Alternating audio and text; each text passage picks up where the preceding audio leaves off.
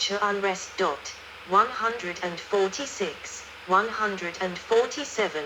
In the decades following, public life gradually emerged all over India, leading eventually to the founding of the Indian National Congress in 1885. 148, 149, 150, 151. The rush of technology and the commercialization of agriculture in the second half of the 19th century was marked by economic setbacks, and many small farmers became dependent on the whims of faraway markets. 152.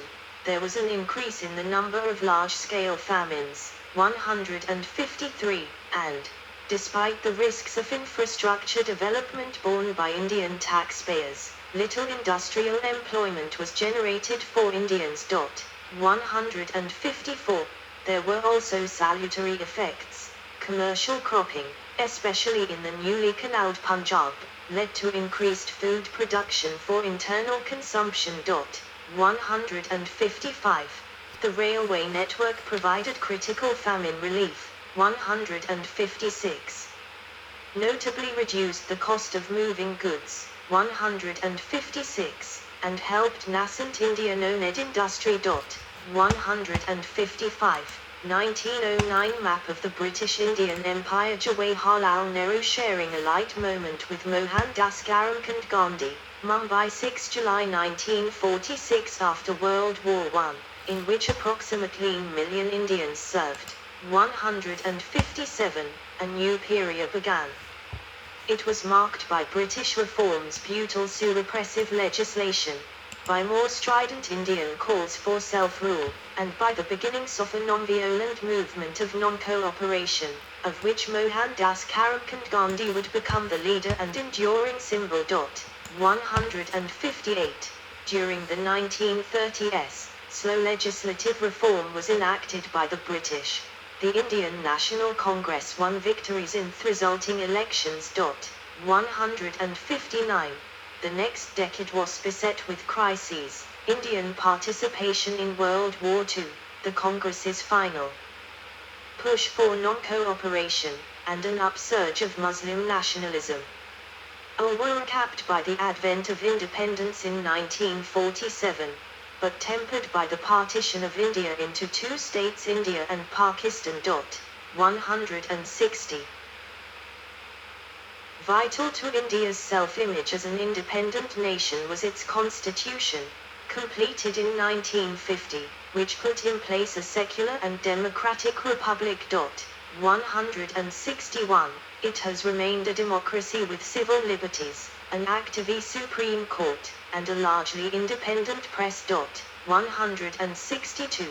Economic liberalization, which began in the 1990s, has created a large urban middle class, transformed India into one of the world's fastest growing economies. 163. And increased its geopolitical clout.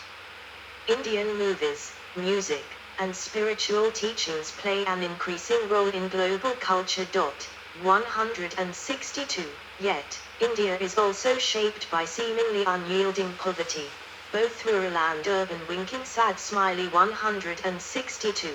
By religious and caste-related violence. Winking sad smiley. 164. By Maoist-inspired Naxalite insurgencies. Winking sad smiley. 165. And by separatism in Jammu and Kashmir and in northeast India. 166. It has unresolved territorial disputes with China. 167. And with Pakistan. 167. India's sustained democratic freedoms are unique among few world's newer nations. However, in spite of its recent economic successes, freedom from want for its disadvantaged population remains a goal yet to be achieved. 168. Geography. India accounts for the bulk of the Indian subcontinent, lying atop the Indian tectonic plate, a part of the Indo-Australian plate. 169. India's defining geological processes began 75 million years ago when the Indian plate, then part of the southern supercontinent Gondwana, began a northeastward drift caused by Zafloor spreading to its southwest, and later, south and southeast. 169. Simultaneously, the vast Tethyo-Oceanic crust, to its northeast, began to subduct under the Eurasian plate. 169. These dual processes, driven by convection in the Earth's mantle, both created the Indian Ocean and caused the Indian continental crust eventually to underthrust Eurasia and to uplift the Himalayas. 169. Immediately south of the emerging Himalayas, plate movement created a vast crescent-shaped trough that rapidly filled with riverborne sediment. 170, and now constitutes the Indo-Gangetic Plain. 171. The original Indian plate makes its first appearance above the sediment in the ancient Aravalli Range, which extends from the Delhi Ridge in a southwesterly direction. To the west lies the Thar Desert, the eastern spread of which is checked by the Aravallis. 172, 173, 174. The Tungabhadra, with rock outcrops, flows into the peninsular Krishna River. 175. Fishing boats lashed together before a monsoon storm in a tidal creek in Anjal village, Maharashtra. The remaining Indian plate survives as peninsular India, the oldest and geologically most stable part of India. It extends as far north as Satpura and Vindhya ranges in central India.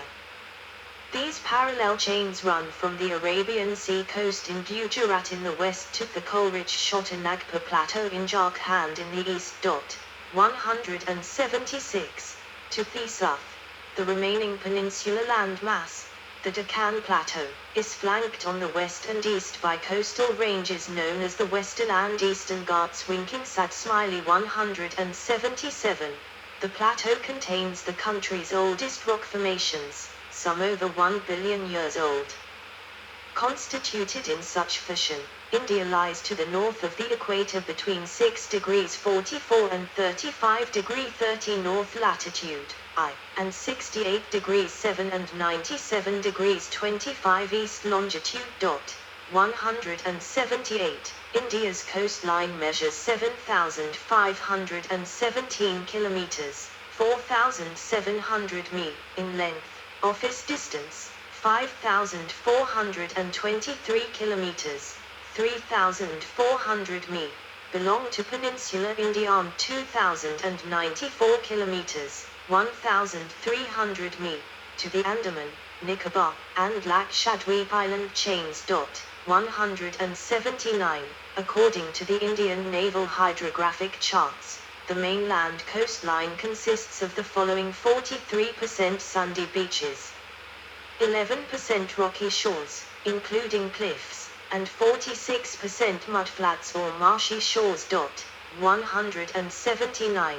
Major Himalayan origin rivers that substantially flow through India include the Ganges and the Brahmaputra, both of which drain into the Bay of Bengal.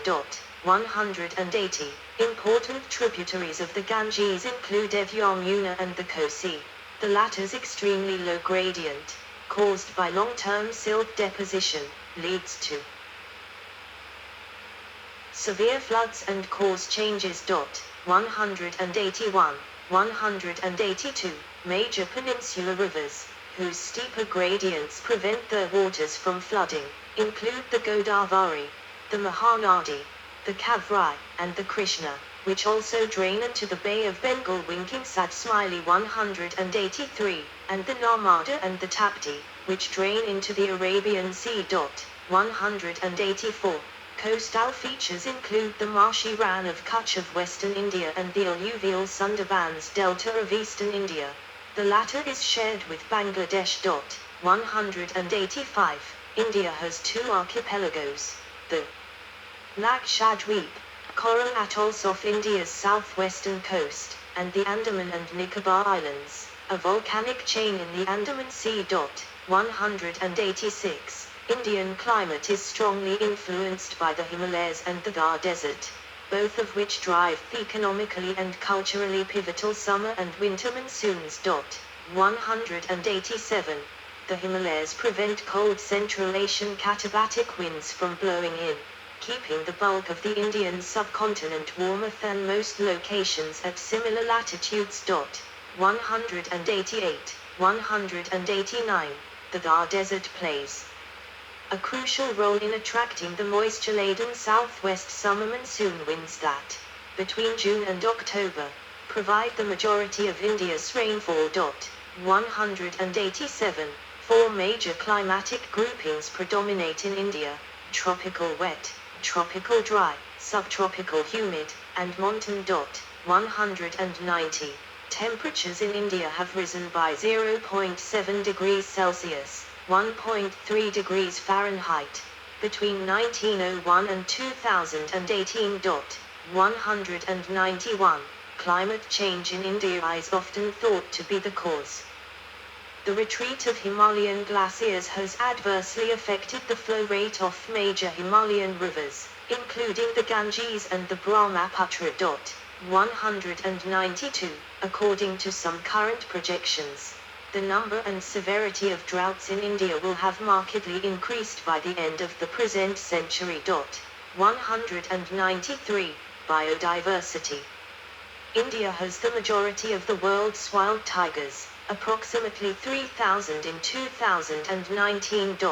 194. A sheetal, axis, stag attempts tar browse in the Nagarhole National Park in a region covered by a moderately dense forest.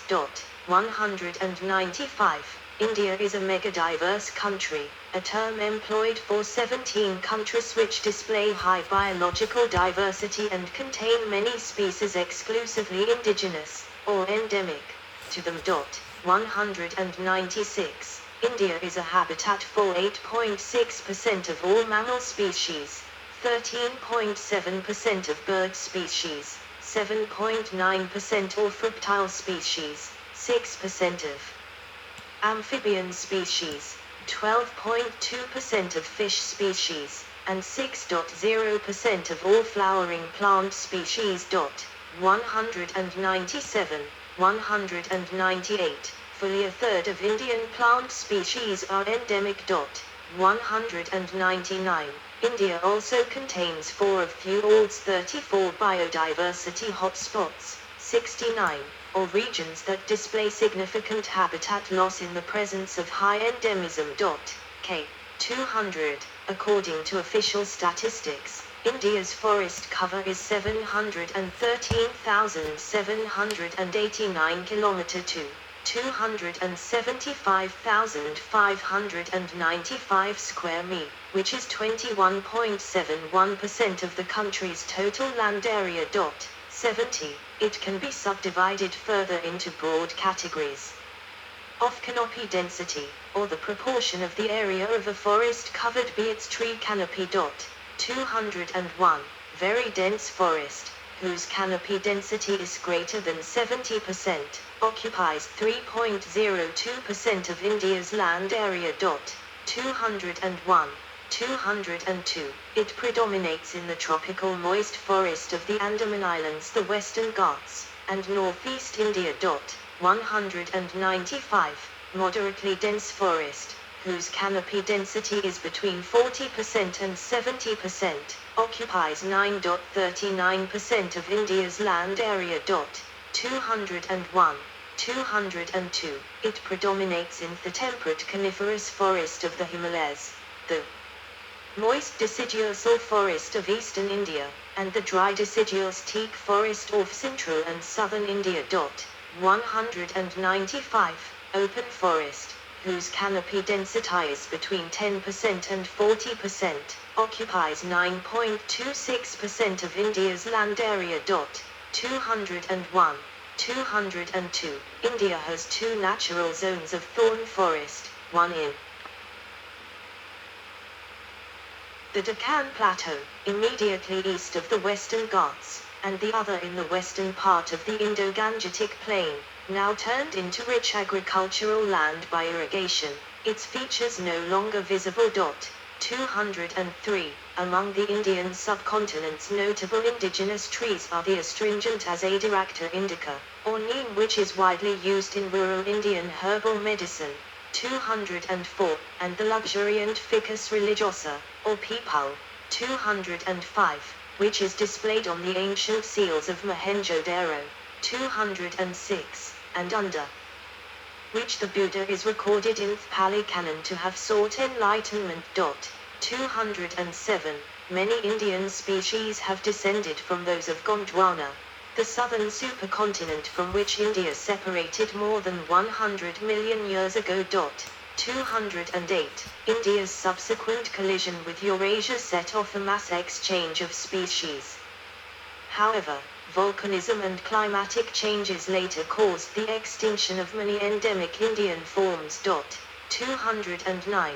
Still later, mammals entered India from Asia through two zoogeographical passes flanking the Himalayas. 195.